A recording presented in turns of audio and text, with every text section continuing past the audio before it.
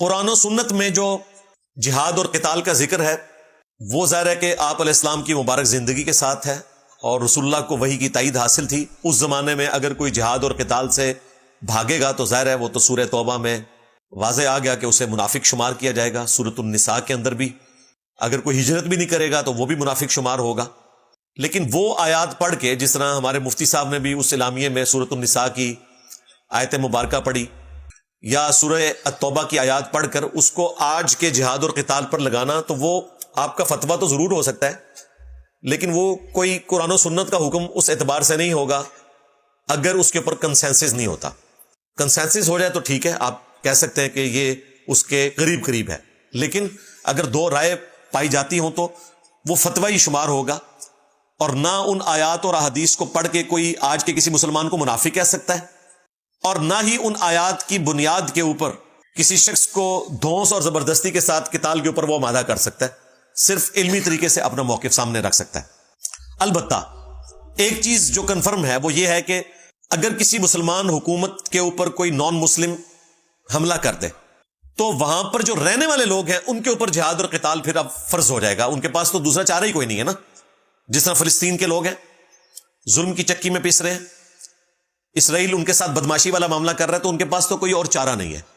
وہ تو واضح حدیث ہے صحیح مسلم میں کہ اگر چور تیرے گھر میں گھس آئیں تو ان سے لڑ، اگر تو مارا گیا تو اللہ کے حضور شہید لکھا جائے گا، اور اگر وہ چور مارا گیا تو اللہ کے حضور تم پر کوئی گرفت نہیں ہے۔ یہ انڈیویجول لیول کے اوپر بھی ہے، اور یہ پاکستان کا قانون بھی ہے، پوری دنیا میں مانا ہوا ہے کہ اگر کوئی آپ کے گھر میں اس طریقے سے داخل ہوتا ہے اور آپ اس کے اوپر فائر کھول دیتے ہیں تو آپ کے اوپر کوئی قدغن والا معاملہ اس حوالے سے نہیں ہوگا، قانوناً بھی نہیں اور شرعی طور پر بھی۔ تو یہ مثال ہے فلسطینیوں کی کہ ان کے گھر میں تو چور گھس گئے۔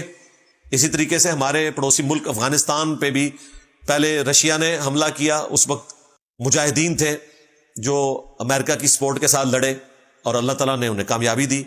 اس کے بعد پھر امریکہ نے بدماشی کی اور اس کے خلاف انہی مجاہدین کی اولادوں میں سے ایک گروہ طالبان کی شکل میں سامنے آیا، انہوں نے بھی لاکھوں لوگوں کی قربانیوں کے بعد بالآخر کامیابی حاصل کر لی۔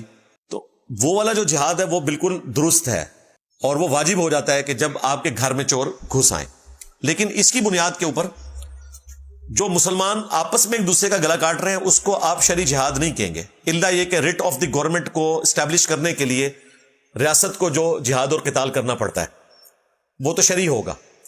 لیکن جو سنی شیعہ اختلاف کی بنیاد کے اوپر ماضی قریب میں ایک جماعت کھڑی کی گئی داعش کے نام سے، اور اس جماعت نے شیعہ کا قتل عام کیا، شروع میں سعودیہ نے، امریکہ نے انہیں سپورٹ کیا، جب وہ سعودیہ کے بھی خلاف ہوئے پھر امام کعبہ نے حج کے خطبے میں انہیں خارجی ڈکلیئر کر دیا۔ اندازہ کریں اپنی بنائی ہوئی جماعت کو، حالانکہ ہمارے نزدیک وہ پہلے بھی خارجی تھے، کیونکہ مسلمانوں کا جو بھی قتل عام کرے گا وہ خارجی ہوگا۔ یہ خارجیوں کا طریقہ ہے کہ مسلمانوں کے ساتھ وہ لڑتے ہیں۔ اور آج آپ اپنے پڑوسی ملک افغانستان میں دیکھ لیں، پہلے طالبان کو امریکہ کے خلاف لڑنا پڑ رہا تھا، امریکہ تو چلا گیا، اب امریکہ کی جگہ طالبان آ گئے اور طالبان کی جگہ لے لیے داعش نے۔ اب داعش جو ہے وہ خلافت اسلامیہ کے لیے طالبان سے لڑ رہی ہے، حالانکہ طالبان بھی مسلمان، داعش والے بھی مسلمان، داعش والے وہابی اسکول آف تھاٹ سے تعلق رکھتے ہیں، اہل حدیث، اور طالبان جو ہے وہ دیوبندی مکتب سے۔ پچھلے دنوں آپ نے ایک اہل حدیث عالم کی باقاعدہ تقریر انڈین کشمیر سے ویڈیو بھی اپلوڈ ہوئی کہ 100 سے زیادہ اہل حدیث علماء کو قتل کیا ہے صرف شک کی بنیاد کے اوپر۔ ہمارے کئی اسٹوڈنٹس ہیں افغانستان میں، لائیو سیشنز میں انہوں نے آ کے بتایا ماسک پہن کے کہ یہاں ہمیں مسجدوں میں رفع الیدین سے نماز نہیں پڑھنے دیتے۔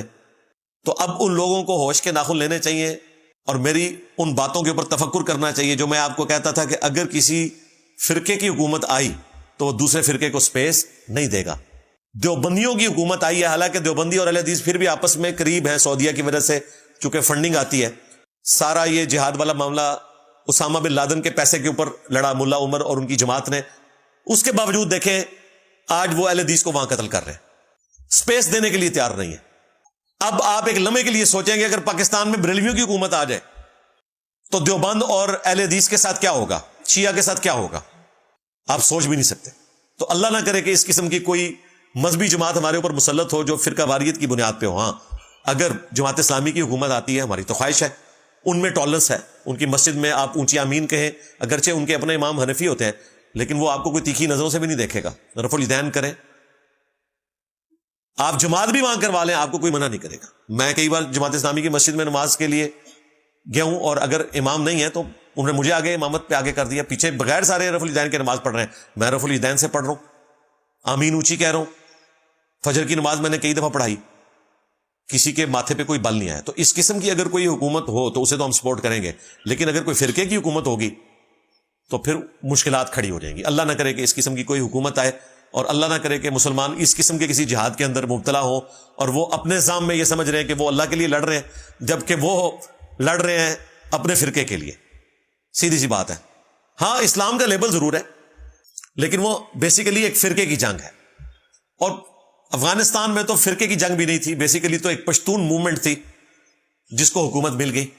اور اس وقت دیکھ لیں پاکستان جس نے سب سے زیادہ قربانیاں دیں ان کو کھڑا کرنے میں، سب سے زیادہ تکلیفیں پاکستان کو ان سے اٹھانی پڑ رہی ہیں.